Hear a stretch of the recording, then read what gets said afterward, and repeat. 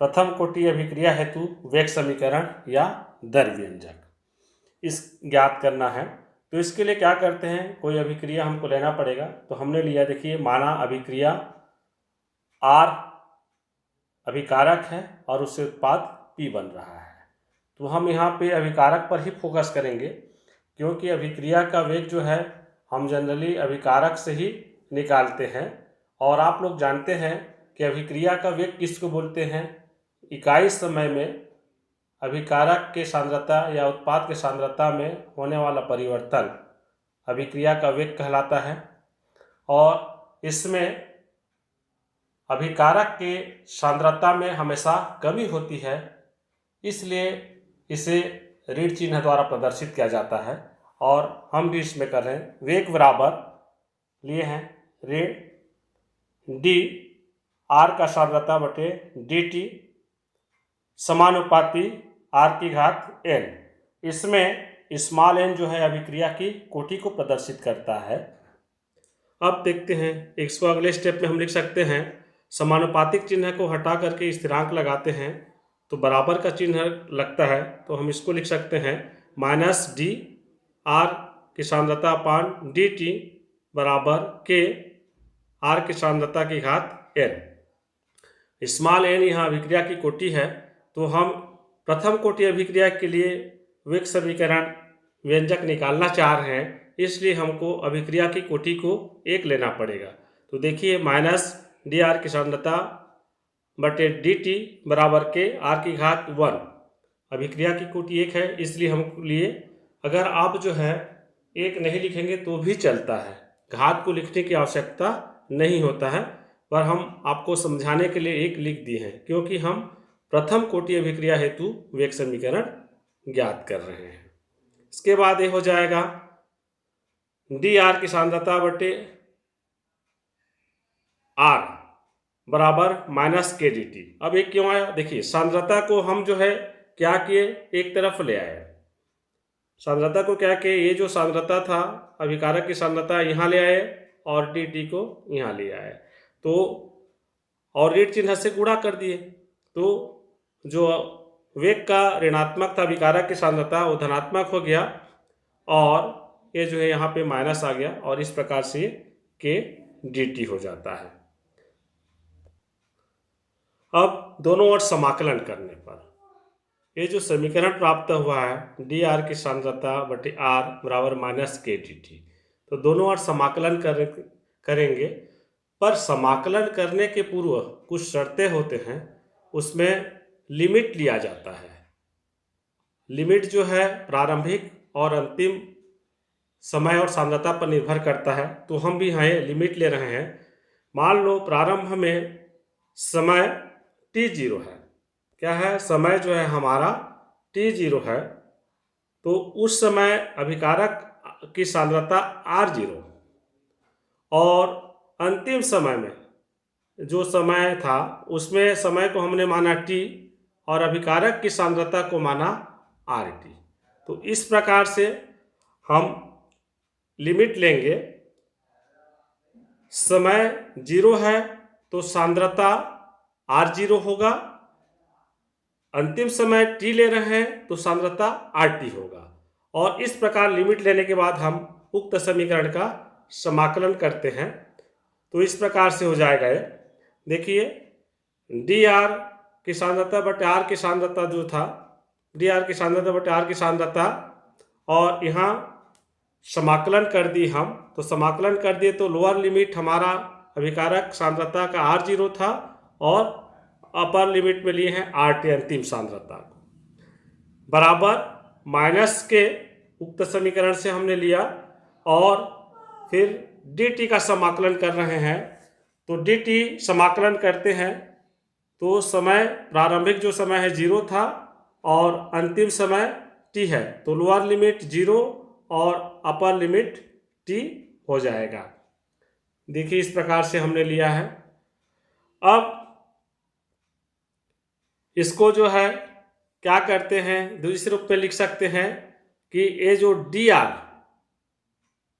की सांद्रता बटे आर की सांद्रता समाकलन है, इसको हम ln r के रूप में लिख सकते हैं। क्यों, क्यों लिख सकते हैं ln r के रूप में? क्योंकि सूत्र से हम देखते हैं समाकलन का कि dx का अपान x समाकलन का मान होता है ln x। उसी प्रकार से हम यहाँ पे मान रहे हैं डी आर की सांद्रता बटे आर की सांद्रता का समाकलन का मान रख रहे हैं, तो ln r आ रहा है। तो इसी को हम ले लिए यहाँ पे, इनका जो समाकलन किए तो समाकलन करने पर यहाँ पे आ गया ln r। और चूंकि लिमिट लगा हुआ है तो लिमिट को लिखना पड़ेगा, lower limit r0 upper limit rt। इसी प्रकार से हमको क्या करना पड़ेगा, इसको तो लिख रहे हैं हम माइनस के का के टी डी टी, तो समाकलन डी टी का जो मान होता है टी के बराबर होता है, तो इसलिए इसको हम लिख दिए, ये जो डी टी था समाकलन यहाँ पे टी लिखा गया है, और चूंकि इसमें भी लिमिट लगा है lower limit 0 upper limit T, समय का प्रारंभिक 0 था और अंतिम टी था, तो इसको लेते हुए हम इस प्रकार से समीकरण को लिख सकते हैं। इसको हम इस प्रकार से भी लिख सकते हैं, अपर लिमिट से लोअर लिमिट को घटाया जाता है। तो यहाँ पे हम देख रहे हैं हमारा जो अपर लिमिट है ln r का rt, तो उसको हम लिख दिए यहाँ पे ln rt। Lower limit ln r की सांद्रता का r0, तो हमने लिख दिया ln r0 बराबर माइनस के, ये तो लिख दिए।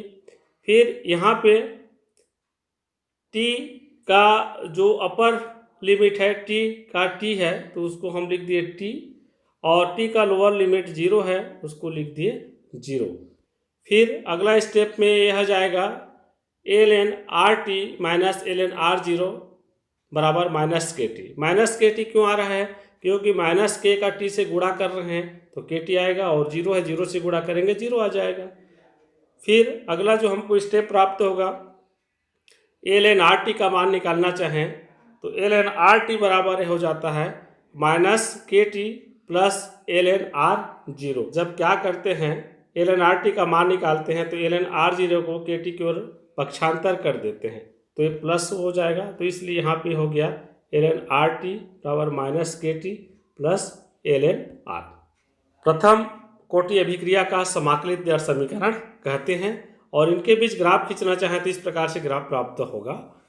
देखिए कैसा ग्राफ बन रहा है, यहाँ y/mx c से हम तुलना कर रहे हैं, y/mx c से तुलना करें तो क्या होगा, ln rt को हम y माने, तो देखिए ln rt y अक्ष में है, इधर है। mx से तुलना कर रहे हैं हम, मान लो तो x अक्ष में हम t को मान रहे हैं, तो ये जो है t जो है हो जाएगा। और ln r0 c जो होता है उसका सांद्रता, तो सांद्रता को हम मान रहे हैं, तो आप लोग देख रहे हैं यहाँ पे ln r0 है, और माइनस के है, ढाल जो है माइनस के, तो ये जो ढाल होगा हमारा ये क्या होगा, माइनस के होगा, तो इसको हम लिख सकते हैं यहाँ पे माइनस के, इसलिए ग्राफ जो है नीचे की ओर प्राप्त होता है। अब इसको हम फिर ऐसे लिख सकते हैं, के टी बराबर, के टी को पक्षांतर कर दिए, माइनस था तो प्लस हो गया इधर, तो के टी बराबर ln r0 उधर है, और ln rt को बाएं से दाईं ओर ले लिए, तो जो प्लस था वो माइनस हो जाता है, इसलिए हम लिख सकते हैं इसको के टी बराबर ln r0 minus ln rt।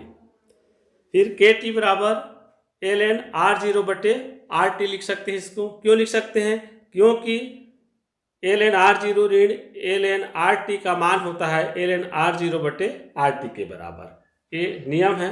उसमें ln x minus ln y करेंगे तो उसका मान होता है ln x अपान y, उसी प्रकार से हम जो इसको लिख सकते हैं।